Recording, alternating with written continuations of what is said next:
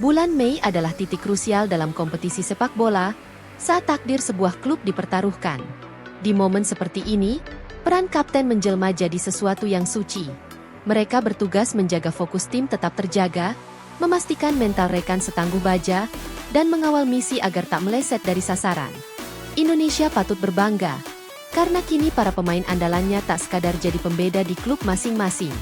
Dalam momen-momen krusial seperti ini, mereka tampil sebagai sosok pemimpin di atas lapangan. Seperti biasa, akhir pekan dihiasi liga-liga seluruh dunia. Akhir pekan kemarin juga sama. Bedanya, tensinya lebih tinggi. Pemain tak boleh bikin kesalahan lagi. Para pemain timnas Indonesia tak ketinggalan bertarung di lapangan. Mereka mempertahankan kehormatan tim yang dibela. Beberapa di antaranya bahkan dipercaya sebagai kapten tim. Perlu diingat, timnas Indonesia tidak semuanya berisi diaspora. Masih ada mereka yang lahir, besar, dan berbahasa Indonesia. Mereka juga langganan timnas dan masih jadi tumpuan di klubnya pada ajang Liga 1. Beberapa dari mereka kini didapuk sebagai kapten. Rizky Ridho adalah komoditi panas punggawa timnas Indonesia. Banyak yang menilai, termasuk rekan-rekannya, bahwa levelnya sudah setara pemain Eropa. Jai Itzes bahkan menyebut Ridho cocok bermain di Serie A. Meski baru 23 tahun, ia sudah dipercaya memimpin Persija Jakarta. Penunjukan Ridho tidak memunculkan perdebatan. Ia adalah jenderal di jantung pertahanan.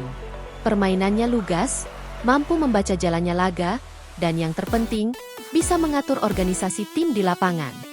Inilah yang membuat Carlos Pena tidak sungkan memindahkan ban kapten dari sosok legenda sekelas Andri Tani ke pemuda bermasa depan gemilang bernama Rizky Ridho.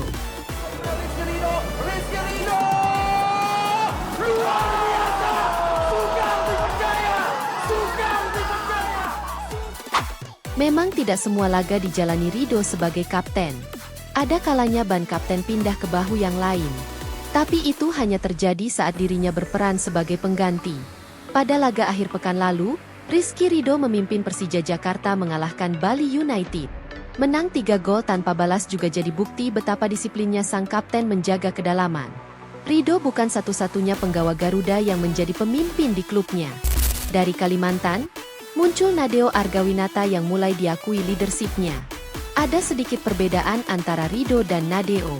Kiper timnas Indonesia itu baru-baru ini saja dipercaya sebagai kapten. Ia menggantikan peran Stefano Lillipali, yang sebelumnya dipercaya Peter Huistra. Namun sejak adanya pergantian pelatih atau nahkoda anyar, Jacquin Gomez melihat Nadeolah yang pantas menyandang ban kapten Borneo. Kini, sudah beberapa laga terakhir dijalani sang kiper dengan tanggung jawab besar. Hebatnya, ia mampu mengemban tugas dengan baik. Akhir pekan kemarin, save demi save yang dibuat berhasil mempertahankan tren kemenangan tim. Performa apik itu bukanlah kebetulan. Musim ini saja, Nadeo sudah mencatatkan 10 clean sheet, terbanyak kedua di Liga 1. Dengan kata lain, penampilan pesut Eta meningkat sejak Nadeo menjadi kaptennya. Ini setidaknya terlihat dari posisi mereka di klasemen, yang sebelumnya tertahan di urutan ke-9, kini mantap di peringkat ke-5. Lulinya!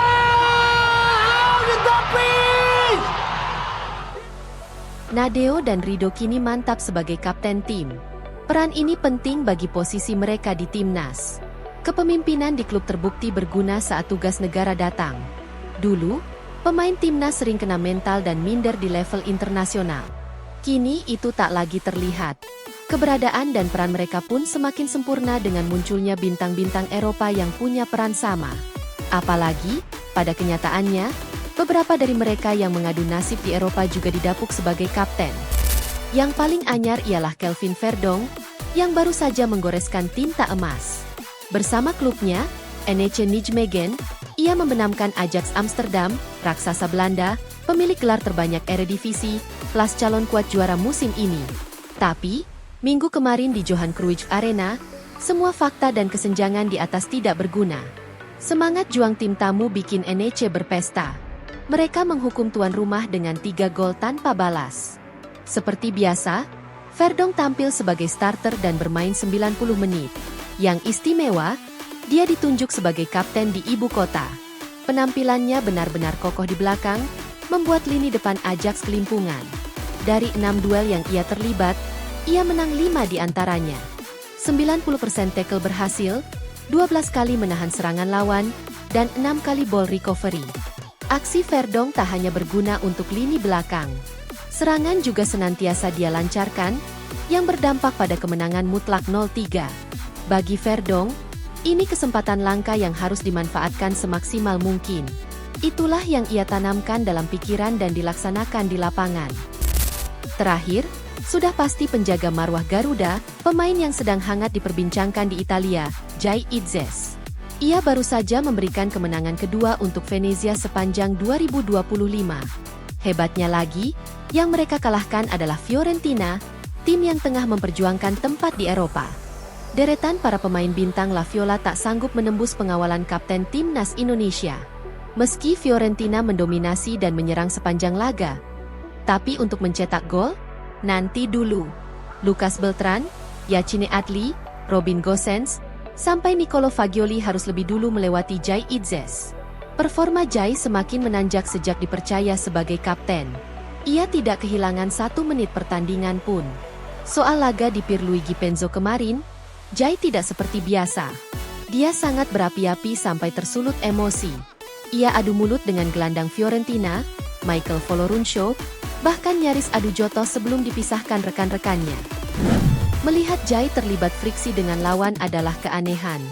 Sebab selama ini, ia dikenal pemain yang tenang, mengayomi, dan tahu kapan harus bertindak. Tapi kemarin, demi meraih 3 poin berharga, ia merasa harus melakukan sesuatu.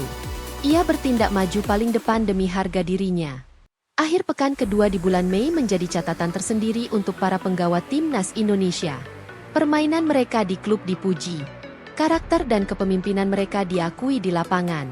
Ini pula yang membuat Rizky Ridho, Nadeo Argawinata, dan Jai Itzes tetap tampil penuh sebagai kapten. Sementara Kelvin Verdong, dengan atribut di lapangan dan pengaruhnya terhadap permainan, diberi kepercayaan memimpin NEC menang mutlak di Amsterdam. Peran keempatnya sebagai kapten juga semakin sempurna sebab semua berhasil mendulang poin penuh. Cerita mereka akan terus berlanjut seiring kompetisi 2024-2025 segera berakhir. Hal lain yang perlu diingat, bukan cuma mereka yang pernah atau berstatus sebagai kapten di klubnya masing-masing. Ya, timnas Indonesia kali ini dihuni banyak pemimpin. Di Indonesia saja, selain Nadeo dan Ridho, ada Ricky Kambuaya yang beberapa kali mengemban ban kapten Dewa United. 5 pertandingan dilakoni sang gelandang sebagai kapten, 4 diantaranya berujung kemenangan.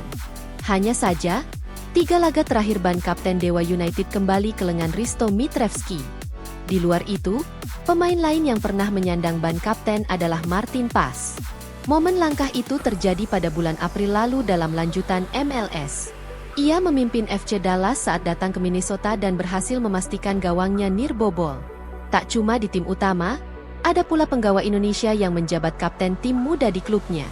Dialah Justin Hubner, yang dalam 6 laga pamungkas Wolverhampton U21, 4 kali dipercaya sebagai kapten.